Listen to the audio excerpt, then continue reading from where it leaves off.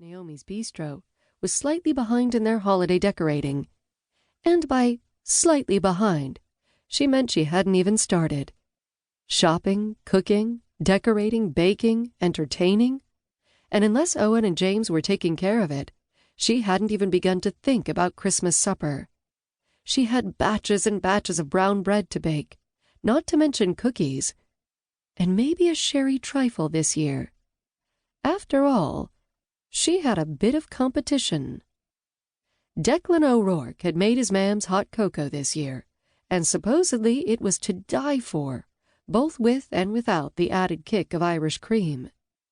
He was outselling even Siobhán's brown bread, and several times she glanced out the window to see long lines of folks waiting to get into his pub for a hot cocoa fix. "You buy the finest squares of chocolate, and melt them down with sugar and powdered cocoa. That's me mam's trick," Declan crowed. "Then, of course, there's the Irish cream. Then top it with fresh cream. You can't beat it."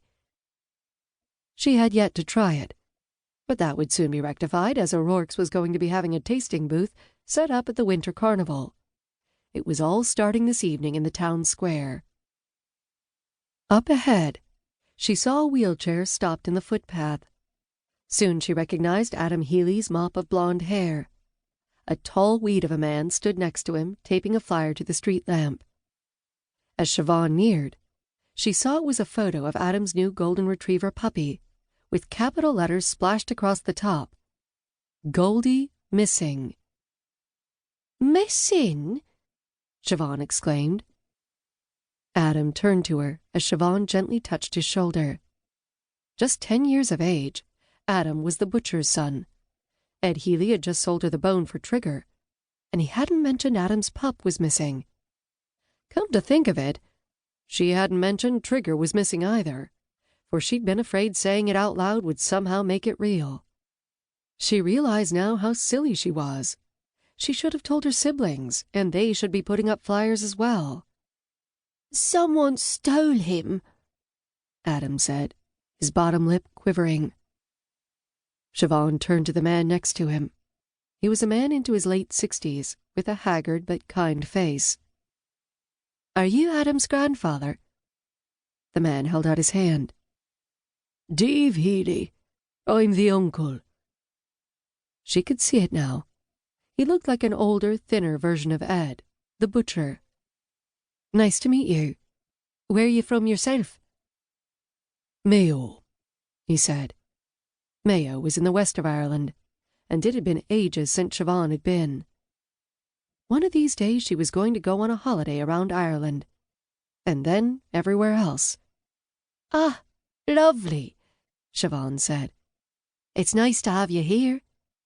He gave a nod, and then lifted the flyers in his hand. "Didn't expect Christmas to start off with such cruelty. What kind of person would do something like this?" He glanced at Adam. The poor lad had had a rough start to life.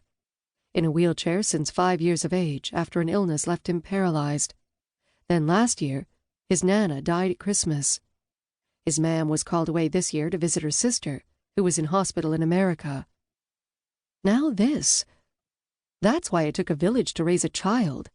The world could be a cruel place indeed. Siobhán knelt next to his wheelchair and placed her hand on his shoulder. "Tell me everything." "He was an early Christmas present from Uncle Dave, even though he's allergic."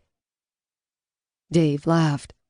"The chemist will sort me out, lad. Don't you worry about that." "Goldie was in our garden last night. He likes it out there, and Da said puppies need to get out their excess energy, so we let him be. When I went to call him in for the night, he was gone." His voice trembled, and tears welled in his eyes. Is it possible he just wiggled out on his own? Siobhán wanted to make it sound like everything was going to be fine, but she had a feeling that 2 missing dogs was no coincidence. Dave Healy shook his head. "The garden is well fenced in, and I went around and checked before we let the pup roam about. And I did a second check after he went..."